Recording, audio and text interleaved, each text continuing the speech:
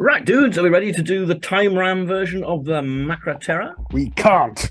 Can't we? Why not? There's no such thing as Macra. What?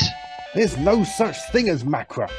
I heard it on a podcast called The Truth About Macra. Of course, there's no such thing as Macra. They're made-up monsters in a TV show. Ah, that's what they want you to believe. No, not Listen, I can tell you all about the Macra creature that was constructed by Shawcraft Models. I think originally it was designed for two people. All over you. But, obviously, the BBC were just really cheap and just stuck Robert Jewell in. He was going to have to already. Anyway, everyone knows that podcasts don't exist. Did you know there's even supposed to be this one where these three blokes talk about mixing up different eras of Doctor Who as if we're supposed to believe that? You mean we don't exist? Bollocks! Anyway, the thing about the Macra that no one talks about is how complicated the prop actually was.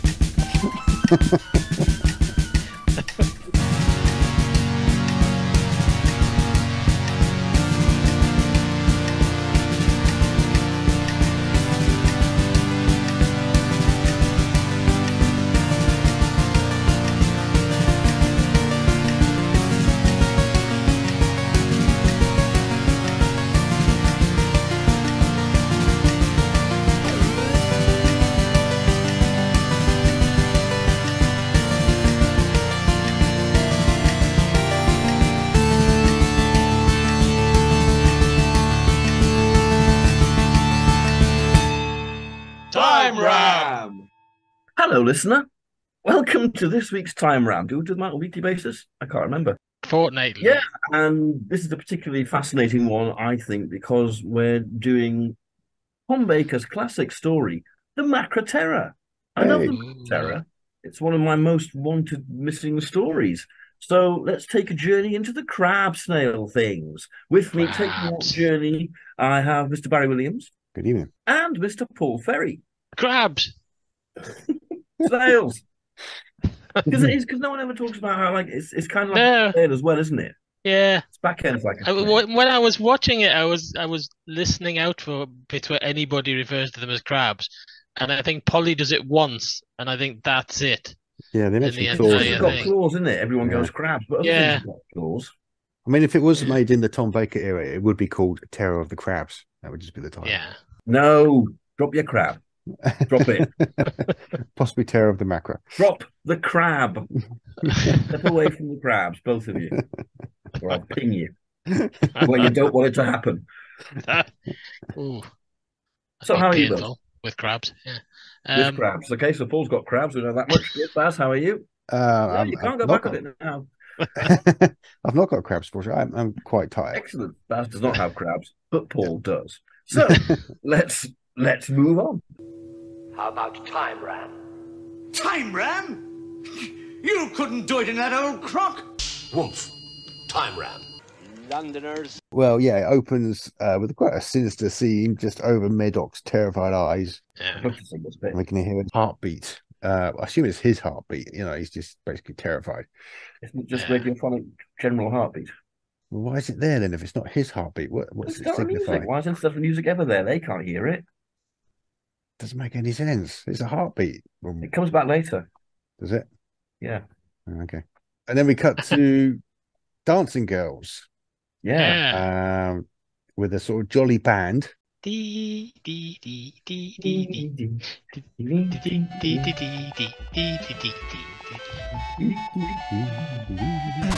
I was humming that for days after watching it. It's quite catchy. Yeah. My audio copy of the Moonbase. I think before I even had a video copy, so I had all 4 episodes on it.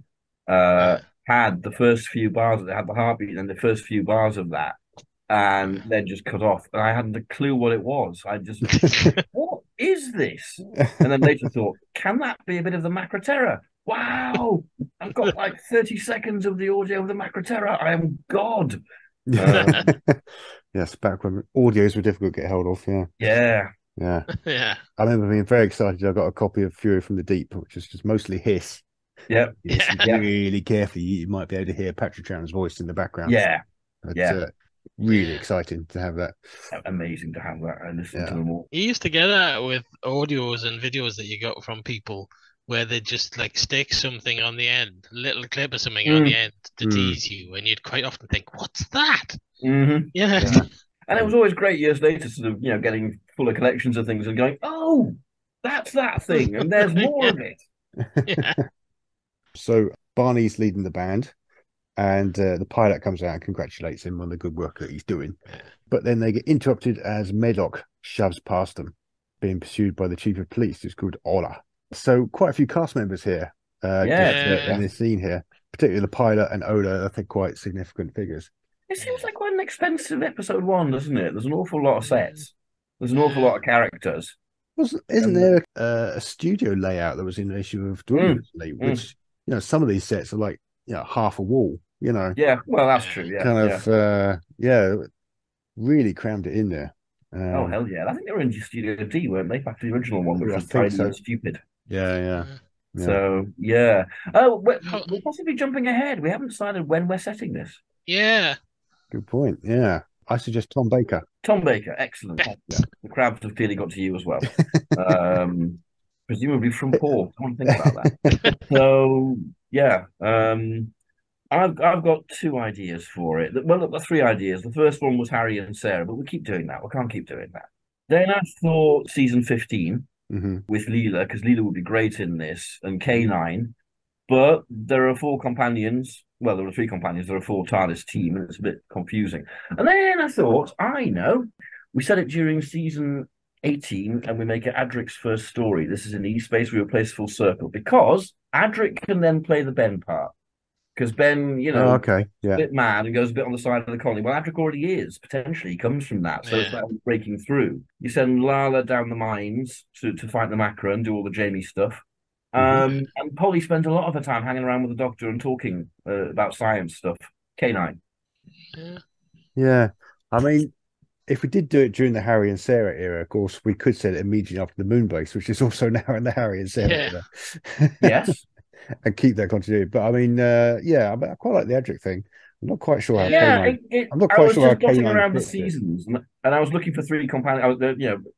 Well, there's not quite as many, but a big enough TARDIS team that will accommodate it.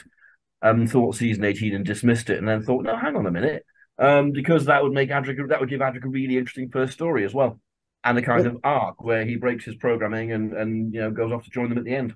The issue I've got is that K9 would shoot the pilot and Ola, and K9's going to get his head knocked off. Yeah. Growl. It's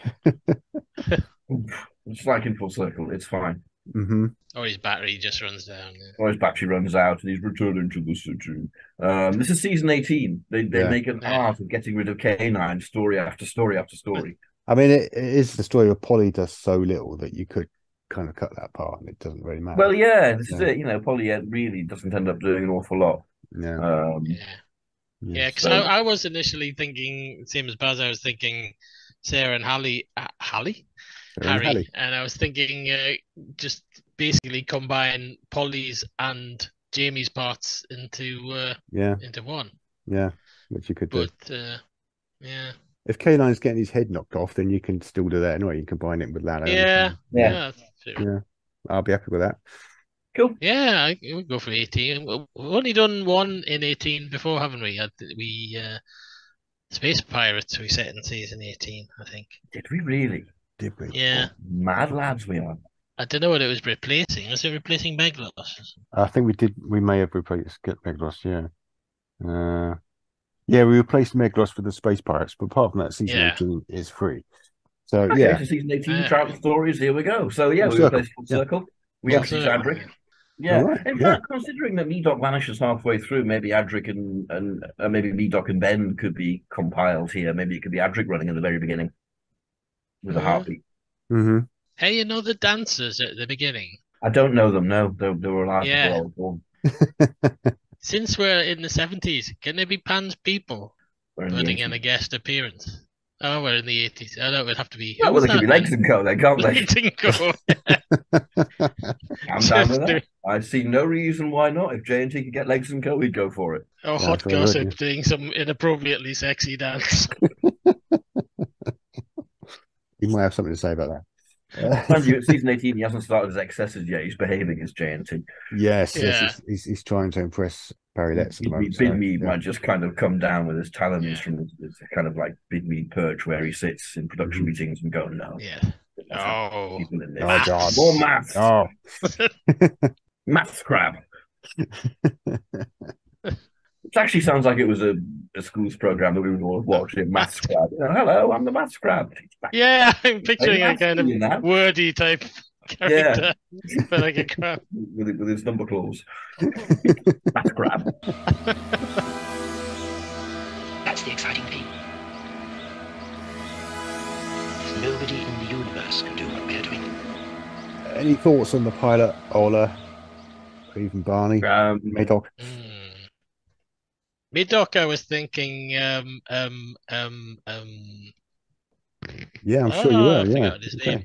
Yeah, I excellent. had his name just a second ago, and it's kind of Michael Keating. Alan Lake. That's who I was thinking. Alan Lake. Alan My Lake. Yeah. God. Wow. Because Yeah, he's a bit actually- bolshy, isn't he, Mid-doc? He's a bit. Yeah, he's a bit- yeah. I can see Alan Lake working. I can't see him working very well in studio, but I can see him working on screen. Yeah. We'll keep Tom quiet. Yeah. Yeah, Alan Lake. But who has the best delivery of goodbye in all of Doctor Who? That's Yeah. right. Watch the end of Underworld. That's how he says it. Goodbye, everyone. Presumably pissed then Presumably pissed. from everything that's said about him on Underworld. Well, you look at the behind the scenes footage, and Yeah. Tom's going on about, my God, did you see how drunk he was? And when Tom Baker is going, wow, he was drunk. You've got a problem.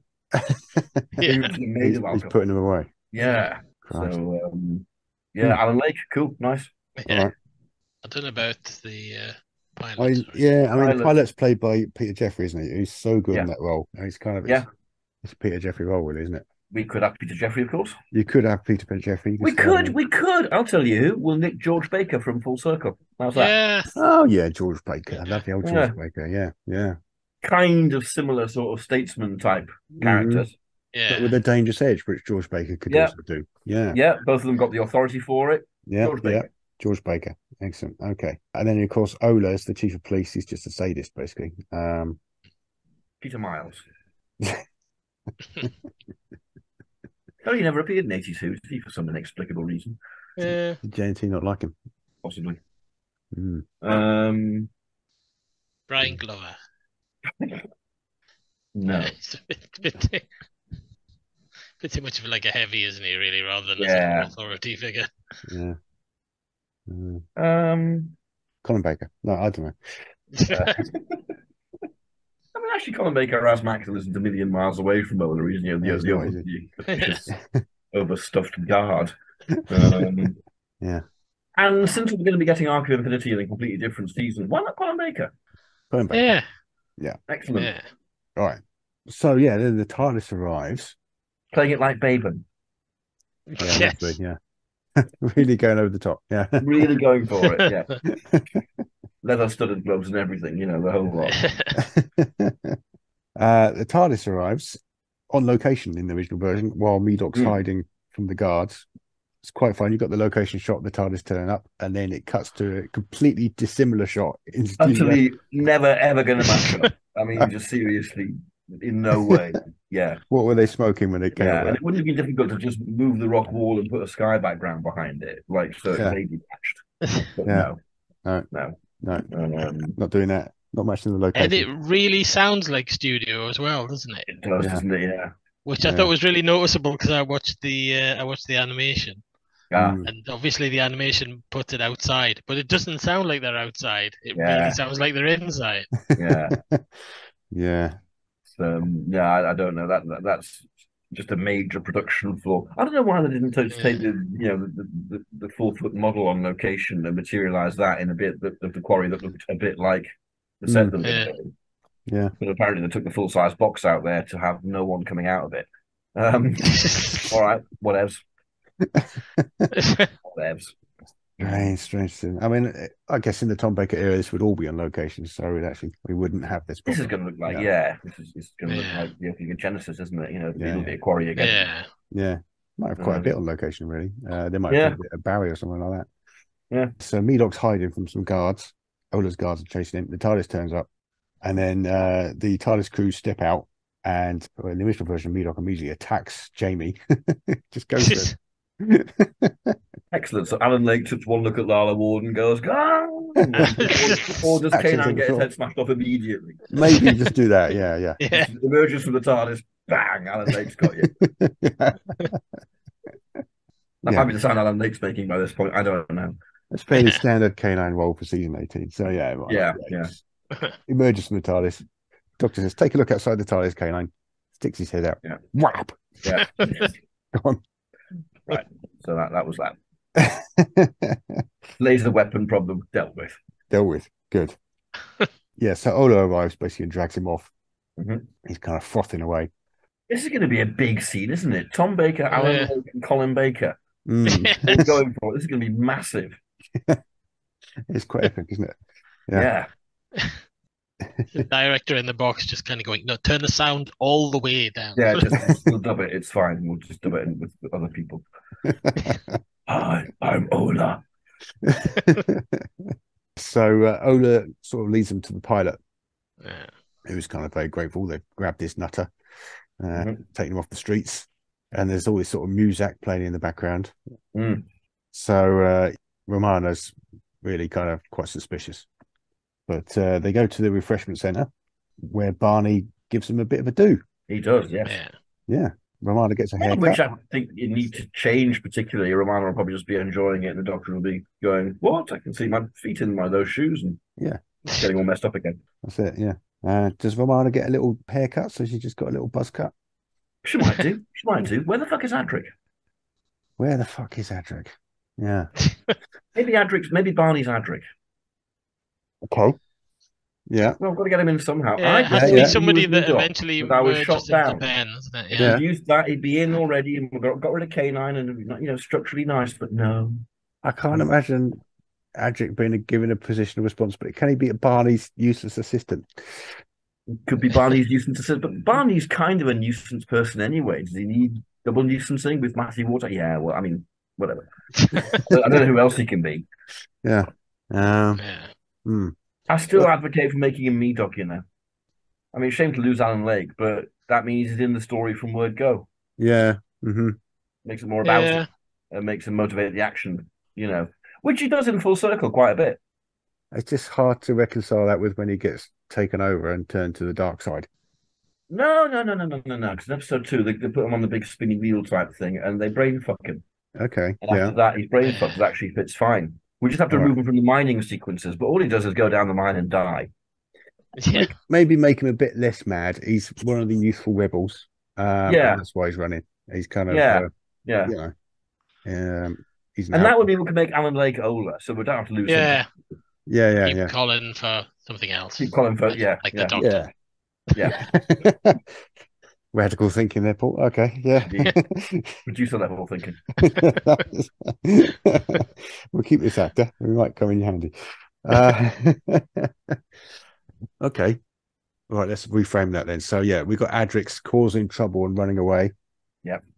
K9 comes out the TARDIS. Adric smacks his head off.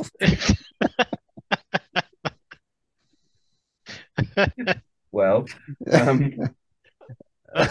all right, we'll deal with K9 another way. I know a way to deal with it. They're going to leave him in here to begin with. They're going to summon him towards the end of episode 1, but he never turns up. Okay. Because a claw gets him. A claw gets him. Yeah. Mm-hmm. All right, good. So, Adric's a youthful rebel, and he's eventually seen things around the colony. Crawling along the ground.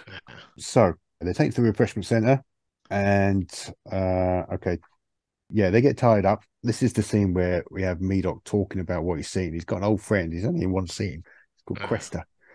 He's trying to reason with him, but he's seen these creatures. They're horrible creatures. And the Doctor kind of sidles up. So, again, we could do this with Adric. It's fine. Adric's being questioned. The Doctor kind of pops in and he wants to know what he's seen.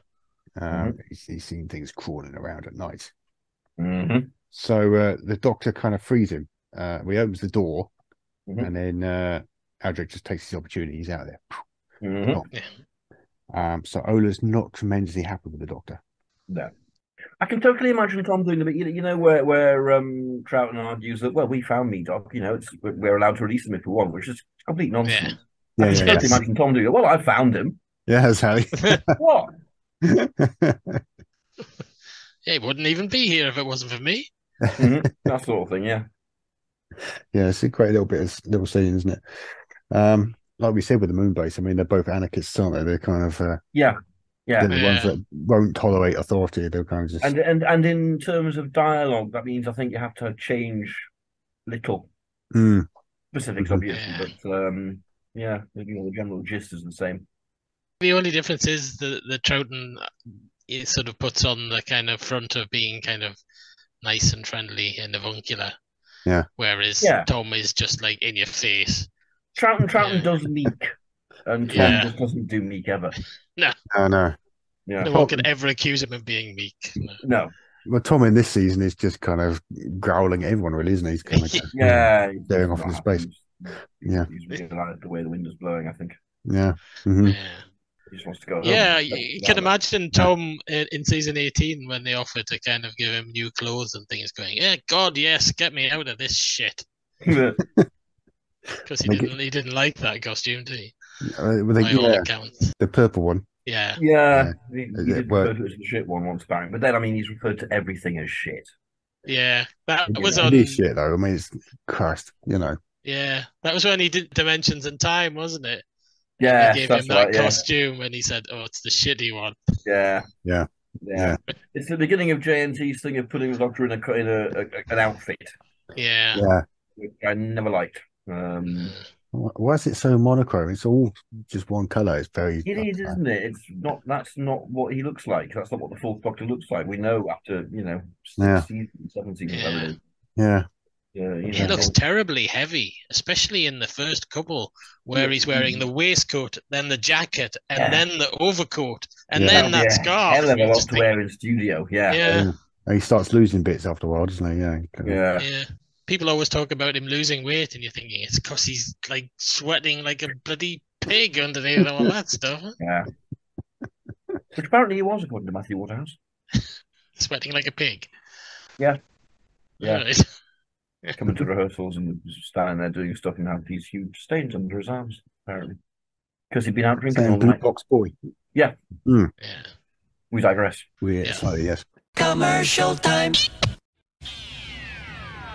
You were invited on an adventure across all of time and space. In a completely random order. It's the Police Box in the Junkyard podcast. Jump in the TARDIS with your hosts, Eric Gulbranson, Asad Kheshki, and Matthew Kressel. Explore Doctor Who TV stories, audio adventures, and books, both novels and non-fiction. The Police Box in the Junkyard podcast. It's the entire Whoniverse. On shuffle. The Police Box in the Junkyard podcast is a member of the Direction Point Network and is available about once a month wherever you find your podcasts. You are listening to Time Ram on the Direction Point Doctor Who podcast network. Woomph. Time Ram. The pilot sends them to learn about the colony, so they're roaming around the colony. Everyone's working really hard. They're refining gas. They'll be Tom and Lara will be going on about oligarchies at this point, won't they? They'll be analysing the culture. Mm-hmm. Yeah. And what's wrong with this? Do any of them make food, do you think? Or are they all refining gas all the time? They don't need food. They eat gas. They eat gas. Yeah. Good. I broke with the wankers. So, yes, the Doctor finds another excuse to kind of wander off and finds, it's Adric, isn't it? He finds Adric. Yeah. Well, maybe he's gone looking for K9, who should have turned up by now. Yeah, maybe. Yeah. He goes out and he finds K9's severed head, and it's kind of, what? Picks it up out of the mist, and it's all a bit, that'd be quite scary. Mm-hmm. Yeah. What the hell's done this? Yeah. And then obviously tying it in with what Adric's saying and going, right. Yes, Adric's seen some giant insects with claws. That's basically how they describe it. Unfortunately, I've got difficulty imagining Matthew Waterhouse selling this that well. I'm afraid I do as well. It'll come across as a bit whiny, I think. Yeah. But never mind. Have fun while you can before they crawl all over you. Yes. Tom doing the best he can with the material. Yeah. Tom rolling his eyes and getting on with it. Yeah. Makes me laugh when you sometimes get people on the internet saying about Tom and Adric, kind of saying, "Oh, they had such a good relationship," and you're thinking, "What were you watching?" Because they totally didn't from season 18, as far as I can see. Tom barely looks at him, really, doesn't he? Yeah. The behind the scenes stuff on Keeper of Troughton, I don't know if you've seen that. There was another tape discovered a couple of years ago. That's quite fun for that, because that's got a lot of that is just Tom and Matthew Woodhouse doing, TARDIS arrival scenes and just the pair of them exploring and stuff. And he's fine with them. Yeah. There's no bullshit with him. He just getting on with doing the work. And he seems quite, chatty to him. Mm-hmm. So yeah. There you go. He's probably inside just going, one more story after this. That's fine. Just one more. I'm out of here and down the pub permanently. After that, people will remember me as Sherlock Holmes forever. Indeed, yes. Will be forgotten.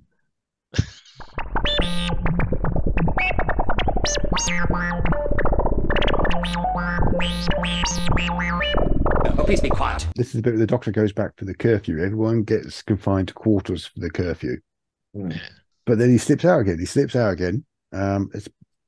kind of dying back and forth quite a lot, but he slips out, evades the guards, and joins Medoc in the original version, presumably. This is the bit I was thinking, where he finds K9's head. Yeah. Well, maybe we combine these two scenes. It seems a bit. I think so. Out then and comes back again. Well, that's getting towards the end of the episode then. Yeah. So we find K9's head, and then a couple of lights come through the fog. It's a Macra. I have no idea what the Macra is going to look like in 1980. Yeah. There's no shortcut. Think of any large. Yeah. Yeah. There's no sort of large scale monsters, is there? There's the Merker. Oh God, the Merker. It might not look like the Merker. I've always thought if I had no prior knowledge of the Macra, and you came to me and said, make me this creature that an actor can use and wear and so on, I'd do it like the Garthim, Dark Crystal. Yeah. And there'd be a big fiberglass shell still, but it would be sort of sat on the guy's back, and his legs would be obscured by all these legs, which would be great in the Macra because they're always in darkness and in mist and so on, and it's got the two big claws out front. So I'm thinking, it would look a bit like kind of a cheaper Garthim. Yeah. Have either of you ever seen the remake of Invaders from Mars from the 80s? It's a terrible film. No, I haven't. I've heard of it. But the monsters in that, the Martians in that, they did a really nice thing where it's an actor standing backwards. He's facing backwards in the costume, so his legs are bending backwards. Looks really weird. And then he has an actor of very small stature, like basically sitting on his back in like a harness, facing the other way and operating the arms. And it looks really weird and alien because obviously nothing is that kind of shape in body shape real life. But the rest of the film is awful. But the monsters are kind of really clever in it. That's going to be too good. That's going to be they're not going to do that in the studio. So cheap Garthim, I say. Yeah, I think so. Because that's feasible. Yeah. They could even have, if they'd been prepared to spend the money on it, they could even have got Henson to do it because they were in London at that time. I think he was busy making the Dark Crystal, wasn't he? Yeah, possibly. I can't imagine 82, was it? I don't know. Or on the contract to They wouldn't, because Henson worked with ITV and this is the BBC in the 80s. No, we're not touching him. Yeah, they'd still been doing the Muppet Show at that time. They would actually, They get Matt over into it, that'd be their version. Yeah, they'd say, Matt, do something like that, and he'd be going, can I have the money for something like that? No, Matt. Just get on with it. No, you have until next week. Begin. Money. It's 20 This side, Matt Irvin's side. And now I have to go on Swap Shop again. Hold up a pursuit ship and demonstrate a teleport bracelet. I love Matt Irvin. Yeah. I was always really happy when he came on Swap Shop. Because... Yeah, me too. But he was always just holding up a pursuit ship. Go ahead! Time round! Okay, so episode 2. The Doctor and Adric are caught by Ola and his guards. They're trying to tell him about the Macra, but he's not at all interested. So he takes them to the pilot. Just imagine Tom exasperated, kind of going, "It's just over there. Fucking look at it." It's a bit misty. I know it's a bit, but oh my god. So they get taken to the pilot, who gives them a bit of a dressing down. In the original version, Medoc kind of claims that the doctor was trying to persuade him to hand himself in, and he gets locked up while the doctor's free. That seems a bit altruistic for Adric. I think maybe Adric's going to blame the doctor. Yes. I keep it. We're trying to sell this new companion. Yeah. You know, he's But he quite doesn't get locked altruistic, up, does he? He gets put in the quarters for the rest of them in that case, if he's taken over Ben's role.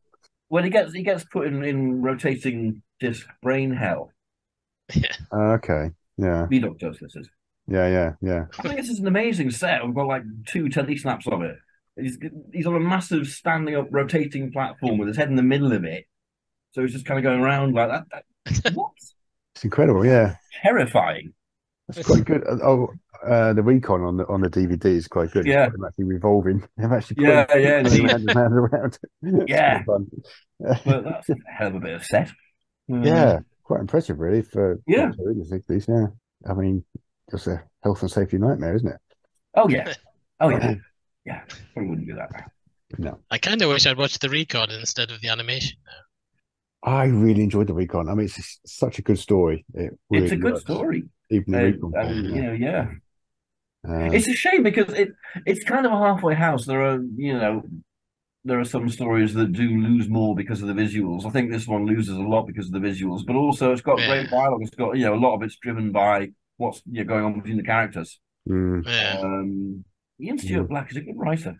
Yeah, he is. He's just a good writer. He knows he's a professional. He knows what he's doing. Mm-hmm. It's very well put together. It never drags. It's all no, and Yeah. characters motivate the action. Yeah, yeah. He's just good. It's just unfortunate that 2 of his 3 stories are missing. It is. I'm a big fan of Ian Stuart Black stories. I'd love to see them all. Yeah. Great shame. Okay, so the doctor is sent back to the sleep quarters. Control orders that the TARDIS crew sleep quarters must apply thought patterns to them. So it's quite a long scene. They're in there getting whispered to. Polly, Ben, and Jamie in the original version. And the doctor comes in quite late on in the scene, and he's just got a little bit of wire, but he shorts out these 2 holes in the wall. Screwdriver, obviously, with Tom. Screwdriver with Tom, probably, yeah. It's quite nice this because you can get Romana being taken over by like Marshman lords in full circle and going a little bit weird. You can have hints that in this bit because it's only Zara in there, isn't it? Since K9 is kiboshed. So she's basically taken on Jamie's role in this bit. She's the one who's resisting the mind control. Yeah. Doesn't really need the doctor to come in and save her. She's the Polly Jamie. Polly Jamie. Yeah. Forget the Doctor Donna. The Polly Jamie did it years before. When Adric's being brainwashed, you can imagine them just kind of saying stuff to him and him just keep going, "Will there be food? Yes, there'll be food. If you obey us, there'll be more food." This is the bit where obviously the doctor's broken the equipment, so Ben betrays them. He shops them to Ola and they get arrested. So Ben's not there. Well, this is Adric, isn't it? Yeah. They released him from the thing and he's come back and completely shockingly, he betrays the doctor. All right, okay. Yeah. Unlimited power, they said. So the doctor gets arrested, basically, and dragged away. Romana's not pleased about this. She stomps out to the construction site where Adric presumably follows her. And they get attacked by a big old Macra. Hey. Fits in perfectly because he's now just not seeing the Macra and she's going, "But you were the one who told us about them, dude." Yeah. Fuck, man. Yeah. The doctor gets taken to see the pilot again. I don't know why Ola keeps taking people to see the pilot. The pilot's a bit of a soft touch, really. But he's getting accused for breaking these circuits, and he says, "Oh, look, you've got one in your office." And it's quite a significant scene, really, in retrospect. It's not really overemphasized, but he does the same thing to the pilot's little holes in his office. And it kind of explains why in episode 4 the pilot comes around. It's not pilot starts dousing, yeah. But it's never really referred to again. It's just very subtle. Yeah. But it's a nice bit of plot construction now. I quite like it.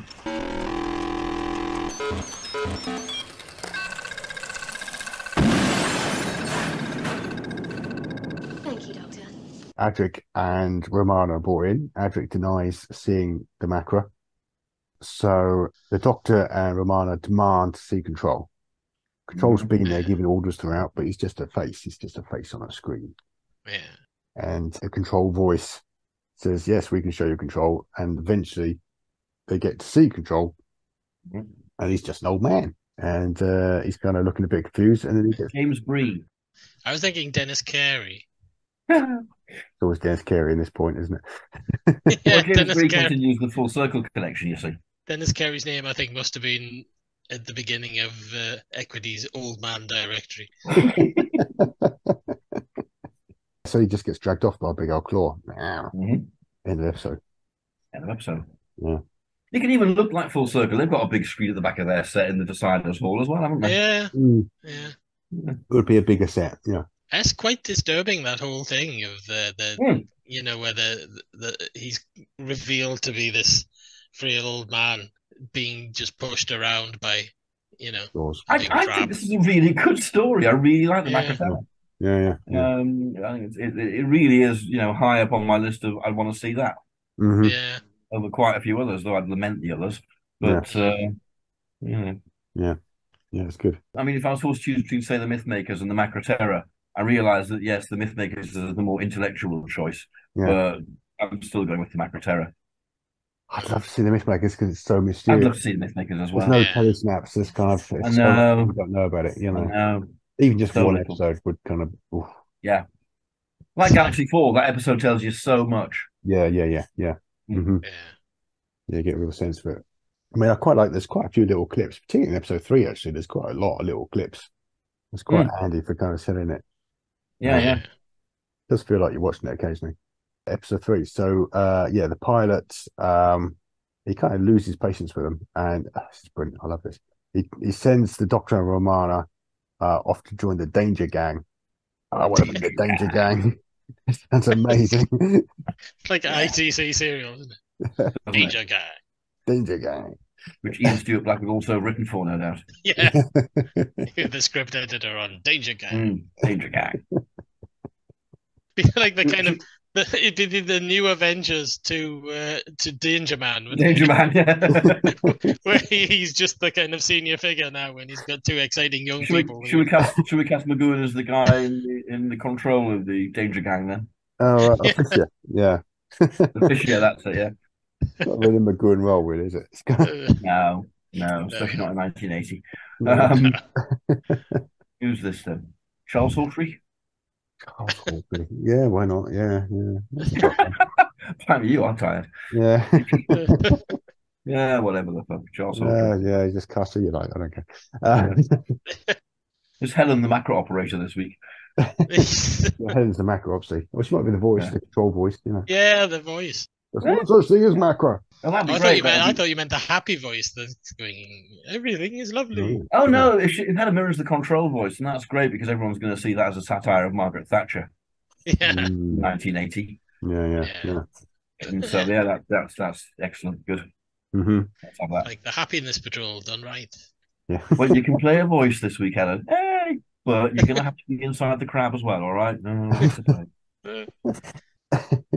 So, Adric's trusted basically at this point. He's kind of he's a good boy now.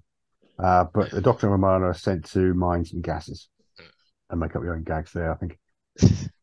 So the Doctor's left in the control room. He's kind of trying to investigate how that works. So I think Romana would be left in the control room. She'd be better at investigating. Yeah. No, Romana's down the mine. But the Doctor would be down the mine. Why would the Doctor be down the mine? It just seems to work better if Romana's the one doing the intellectual sort of investigating the control. Well, the Doctor's quite good at that in Doctor Who. Yeah, but when you get Romana there, it feels like she's better at it. So Tom's hitting crabs. I mean, you see this. I take your point, but also it's going to be the companion in down in the mines being nobbled by the crabs, isn't it, and screaming. Yeah. Okay. Tom's just going to belch at it, and it'll wilt and melt. Oh no, Tom's going to be all my Tom will give it a head. my everything. You know, yeah. You don't want Tom tangled with the Macra. You don't want that. It's not worth it. Just give them You crabs. don't know what might happen. Okay, so the Doctor gets left in the control room with a Fisher. And that's Tom and Charles Hawtrey. Great. Yeah. Adric wanders in. He's a bit confused now. He's kind of going, what's going on? Well, You got Paddy Kingston kind of Adric music. yeah. Stuff like that. The doctor starts to try and talk him round a little bit. Mm-hmm. He's also calculating the formula, the gases. The pilot pops in. He's appalled that he's worked out this formula by himself. It's a top secret. Meanwhile, down in the mine, we're kind of intercutting this with scenes in the mine. Romana's in the mine, she's mining gas. They got these great sort of tubes which they plug into the wall, and the gas comes out. There's a bit of an accident. Officia gets sort of knocked on his head, and she nicks his keys. Mm-hmm. And then eventually breaks into the old shaft. He goes up. Careful, everyone! Shaft. Careful, guys! Careful. What it's called? It's called the old shaft. The old shaft. The old shaft. She nips into this shaft, and the escape alarm goes off. There's an escape alarm, which is great. Yeah. So Officia tries to send some guards after her, but it gets stopped. Basically, nobody's allowed in the old shaft. No. Not allowed in that old shaft. No, there's crabs in that old shaft. Don't bring your dirty box in this old shaft. This is the scene where Madoc dies, but we've cut him, so that's fine. Yeah, we just cut Madoc. So Adric's still hanging around.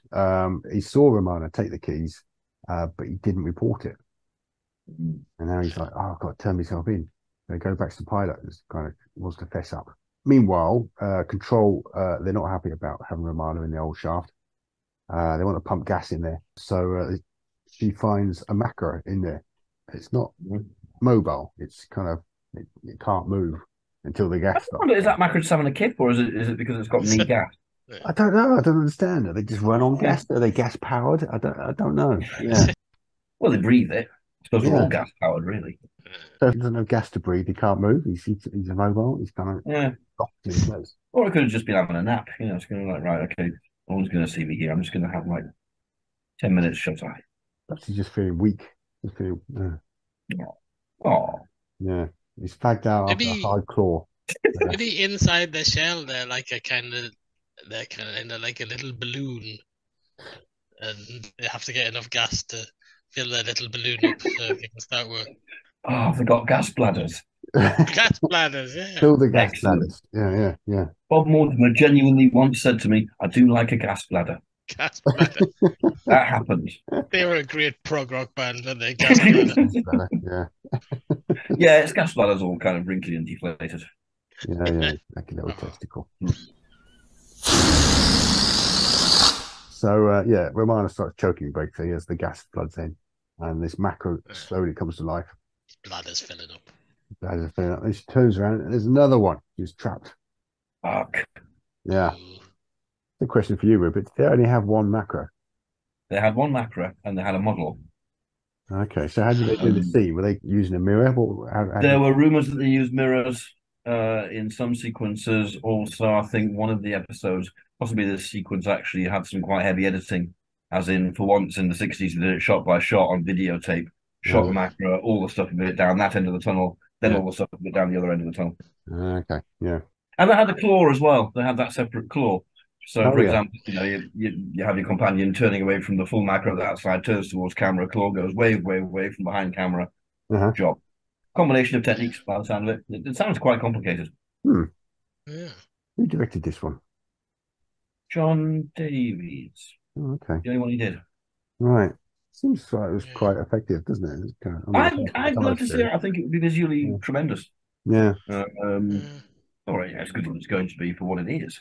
Yeah, I think it'd be really interesting. I think there's lots of interesting choices in it. Like they don't just torture him on a table; they put him on a revolving bloody thing with his head in right in the middle.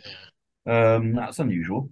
I suppose in the 80s it's going to be Peter Grimwade, so again, probably making some choices. Yeah. I imagine they would have if they did the Macra like sort of Gotham. I imagine they would have several at that time. Because I don't know. Well, no, I was thinking about it's only a couple of years later that they're doing Frontios, and look how many tractators they have in Frontios. There are quite a few. True, yeah. They might have two. Yeah. And of course, they've got split screens, they've got Quantels, there's all sorts of things they could do. None of them be anything convincing, but One nice thing about Grimwade, of course, is that he's going to turn the lights down. He never had a problem with keeping the lights down, which was a problem in the 80s. So the Macra is going to at least be shrouded in shadow and mist, like the original. Which will, deal with a lot of the deficiencies. So yeah, we're into episode 4. The Doctor basically he bamboozles Fisher, and Charles Hawtrey was always pissed. Wouldn't take a lot of bamboozling, Charles Hawtrey. Small amount of bamboozle. Switches the pipes on him basically, and then when he goes to the guards, the Doctor kind of runs away and locks himself in a pipe room. Fresh air starts flowing into the old shaft. This saves Romana. The Macras wind down a bit. It's quite a long scene, isn't it? In the original, it goes on quite a while, but Jamie's in a crevice and the claw kind of grabs his foot. Yeah. Him out but he kicks it off. Well, I think in episode 4, at some point, there's a sort of rock fall and the Macra gets crushed. Yeah, something like And Jamie doesn't. No, so she basically runs away. She escapes. She escapes into another shaft just as the fish is turning the gas back on. The slightly newer shaft. Newer shaft. The not so old shaft. 1 or 2 people are allowed in the not so old shaft. Yeah. Not many, just some. A little bit shinier. There's not much in.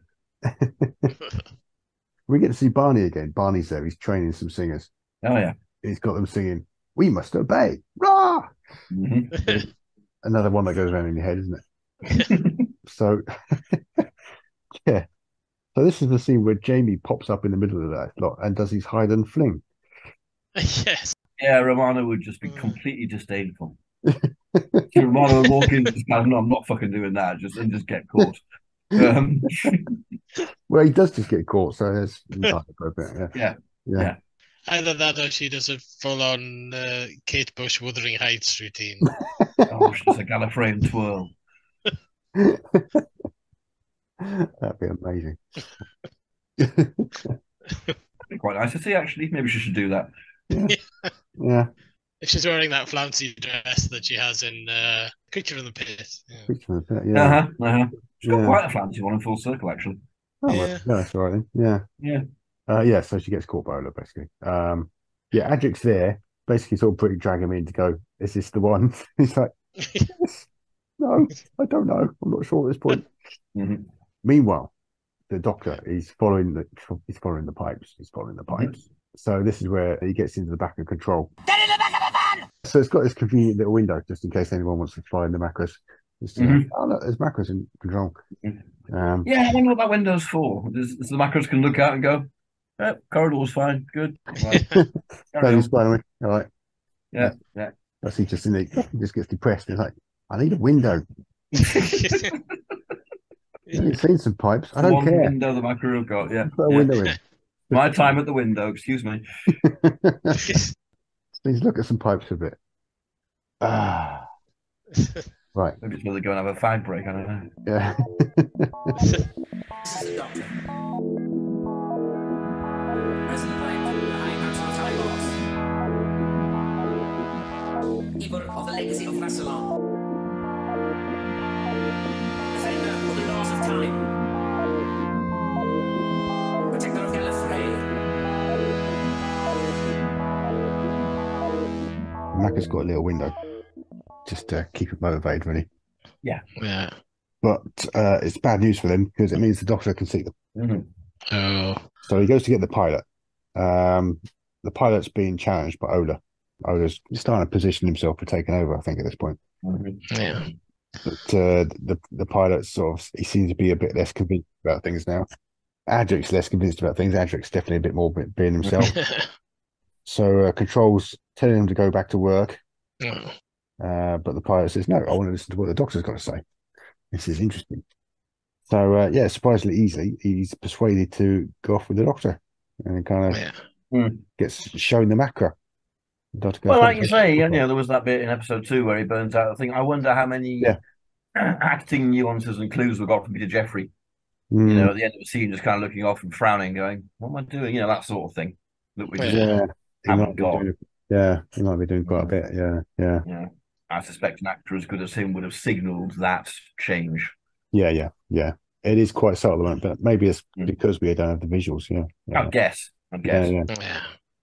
It's great because without that little scene, none of this makes sense. But it absolutely works. It's fine. It's yeah. So he goes to see the Macra and he's sort of immediately persuaded. Oh no, giant crab things, or these giant insect things with claws. They must be destroyed. Yes. That was the model, by the way. That's the model Macra. That's the model Macra. I thought it must be. It's a bit smaller, isn't it? You can see it behind the window. Yeah. A bit more maneuverable. Nice to have a few pictures of it. Yeah. Not like poor Polly having to maneuver herself into the claws. Oh, just climb into this Macra here. So the control voice is basically panicking at this point and saying, the pilot's obeying. He's a bad person. Yeah. Ola basically takes over. He's in charge now. He arrests them all. And then rather than putting them in prison, he locks them in the pipe room. Yeah. And tries to gas them, basically. You go in there. Yeah. You know, you're a classic example of the inverse ratio between the size of the mouth and the size of the brain. So this is the point where Adric's been hanging around in the background. He's been hanging out on one of the gantries. And he finally picks the right side in episode 4. Very typical Adric. And saves them. Goes over to that big console. I love that bit in another shot where he's tapping away gingerly at the console. I bet he's doing that. I bet it's going to explode. And I bet he's... Yeah, I was saying he lets him out. He doesn't actually, does he? No, he goes straight to the controls. And he switches the inflow and the outflow. And that destroys the Macra. Yeah. That's basically it. Which we never see. It seems abrupt in the Macra Terror. It just stops. We cut very quickly to everyone having a big number. I think it goes negative a bit or something like that. But I imagine in this version we'll at least see a few dead Macra. Yeah, let's see some dead Macra. Yeah. It'd be great if they are like sort of the Dark Crystal. Would be great, like if they could like the Gotham in that way, they just fall apart. They'll just fall a bit. Yeah. I thought that was a fantastic effect. I'm not entirely sure how they did it, but yeah. Let's see some Macra corpses. Let's see some birds pecking eyes out. Let's kind of let's see death. Let's really demise of the really Macra. Hammer it home. Yeah. Fuel coming out of them. Yeah. Everyone eating crab claws. Really massive ones. Got the hammer out there. Or eat Macra nice. Oh, please, Adric, and he hasn't had any food on him. So. What's for dinner? Macra. What's for dinner tomorrow? Macra. That's why he goes with the doctor. Yeah. Just sick of all the fucking Macra. They're just going to eat Macra. I don't even like Macra. There's no such thing as Macra. Well, they're never around when you want them.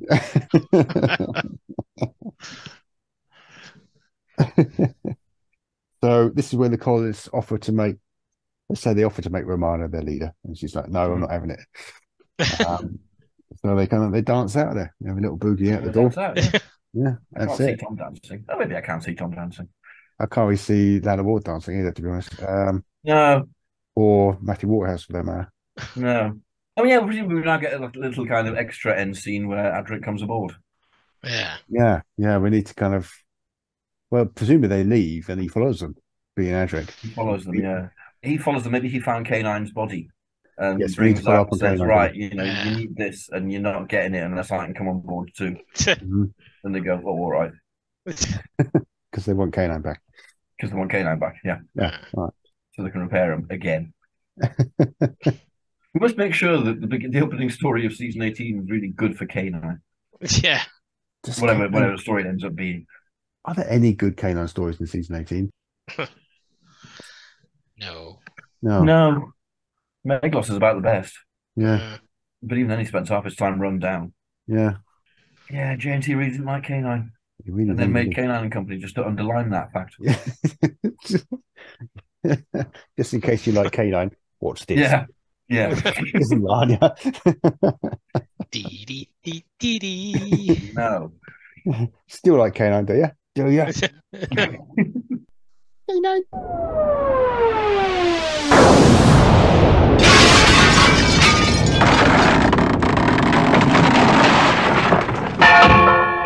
Experiment. Experiment. Explainment. Yes, that was the Macra. That was the Macra Terror. Yay! Yeah.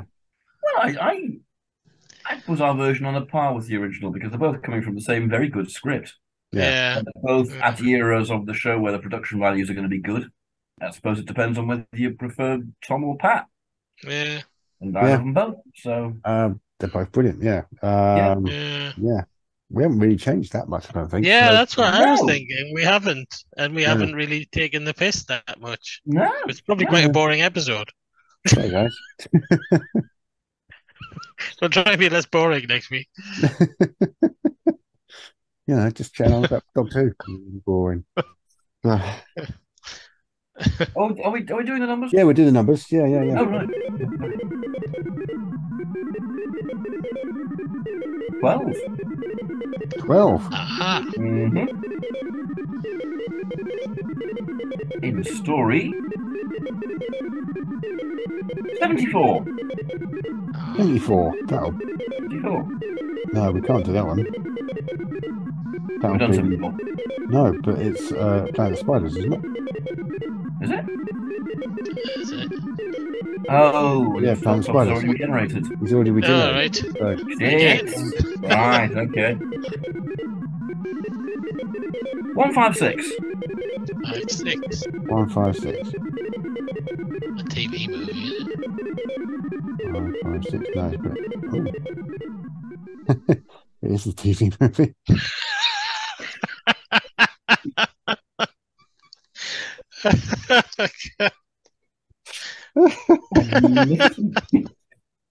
Oh man! Wow. In the TV movie. Yeah. Wow. Okay. A lot of kissing. Yeah. Isn't Clara meant to be in it though? Kind of throughout. That's it. Okay, Yeah, she's fine. already been introduced. So that's going to be tricky. Uh-huh. Yeah. She's having 48 hours peaceful sleep in the Delta Wave augmenter. Or she poked her head out the TARDIS and the Macra knocked her head off. And they have to repair her. Something like that. Trapped in 1966 in a strange relationship with a massive Donald Pleasance. Well, hang on. Has the Doctor already regenerated at the start of this story, or does he regenerate like 25 minutes in? Technically, he regenerates 25 minutes 25 in. minutes in. Yeah. Matt Smith comes out and gets shot dead. Yeah. So this is Capaldi's first story. Excellent. Well, we've got him bookended. Yeah. From the TV movie to the Caves of Androzani. One era. Wow. That's quite the trajectory, isn't it? Yeah. Isn't it? Yeah. Wow. Yeah. We'll have to give it a title because we can't call it the TV movie. Unless they randomly decided to do a movie length special in the middle of the beginning of the Capaldi era. That's what they've decided to do. For reasons. It's the Christmas special. There we go. Fine. I think that's what it would be. I mean, he didn't start with a Christmas special, but he might be. We got the whole New Year thing going on through it. Forward a little bit. There we go. Because they kind of did that thing where they sometimes used to just ditch the regular companion altogether at the Christmas special and then bring them back again. Yeah, Moffat didn't do that so much though. Yeah. Don't know. They might have on this occasion. We give Clara the Chang Li role. Apart from at the beginning where she's like being shot for drug steals and things like that. Yes. But, she's the one who goes off and kind of meets the master and all that sort of thing. Oh yeah, it's going to have Missy in it as well. It's going to be Missy, isn't it? It's going to be Missy. Fucking hell. Oh, you're dressing for the occasion. Just picturing Capaldi now facing off against that cop and just, where the bit where McGann threatens to shoot himself. He's just going to be like mouthing off at him and he's just going to get shot. That'd be where he's doing the attack eyebrows bit. That's the attack eyebrows, isn't it? Yeah. You're going to shoot me. You're going to shoot me. Hey, I've got a broken bottle here. Magia. Oh, yeah, because it's going to be really early angry Capaldi, isn't it? Season 1 Capaldi. Yeah. Blimey. Excellent. I can see this working. Yeah. It makes me wonder what we're going to get at the end of the Matt Smith era now, though. I mean, if it's the edge of destruction. No, his final story has to be a regeneration story. But It does, yeah. Well, if we're lucky, we'll No, it's get a the myth. trial of a Time Lord, won't we? Yes. Which doesn't. If we're Yeah, lucky. that would be If we're fantastic. lucky. Yeah. We're not going to be lucky, obviously. No. But that would be perfect, yeah. Yeah. Or survival, I suppose that would work. Or survival. Yeah, survival, yeah. Yeah, okay. Yeah. Well, fingers crossed for one of those two. That's 2 out of 300 stories we need to hit. Excellent odds. Yeah, Oh. but it's only 13 regeneration stories. last stories. True, Yeah. true. One of them's Night of the Doctor, so okay. Yeah. And Caves of Androzani. So yeah, we're yeah. So that's already done. Planet. Yeah. Okay. Do you want to sign us off? Oh yeah, it's me. Right. Well, that was Time Ram, and wasn't it good? And not boring at all. Macra is a great story. I could go on about Macra forever. I'd love to see Macra. Let's have that back. Yeah. Even just an episode. That I'll take that. But yeah, Ian Stewart Black. I'm a big fan of Ian Stewart Black's Who stories and his writing in general. Who knows? It might be back. That was jolly good. So join us next time for the extraordinary size of Peter Capaldi's debut story, Doctor Who. Which I believe is the only title it has. So that'll be good. Yeah. That'll be a podcast about Doctor Who where we mash up a Doctor Who and a Doctor Who story and we get Doctor Who. Doctor Who. That's Who Cubed. And on that note, good night, Paul. Good night. Good night, Baz. Night. And good night, listener. Bye-bye. It went very bye-bye, boys and girls. It was, yes. I couldn't think of anything else. Right, okay, so credits. Well, we thank Ben. Let's thank Ben. Hello, Ben, how are you? Do you listen to this, Ben? I hope you listen to it. Listen to this one, because I'm talking to you. But thanks for the music. You can find us in the usual places, mostly that being Twitter, where I'm at Rupert Booth, Baz is at Baz Time Ram, and Paul is at Paul Ferry 8. You should really kill the other at Paul Ferries, and you can just be at Paul Ferry 1, or just at Paul Ferry. So that's the thing to do before the next week, Paul. Yeah, we also have a Patreon, not that you know it. One of these days there may be exciting Macra content on there. You never know, so just keep your antenna flipping about. Shambolic credits end. Hey. Thank you.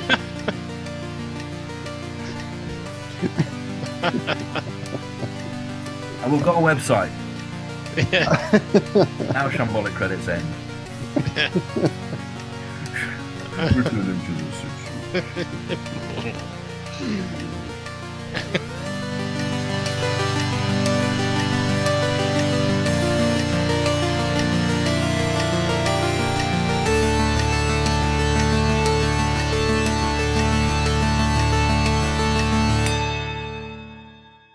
See, we can get away with calling the TV movie something else because we're going to have to change some of them.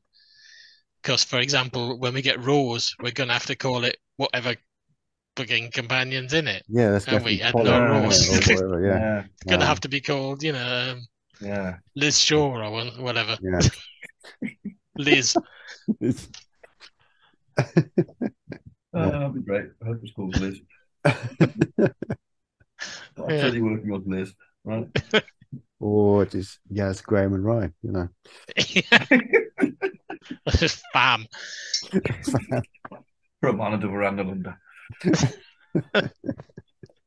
Direction point! Direction point! A Doctor Who podcast network.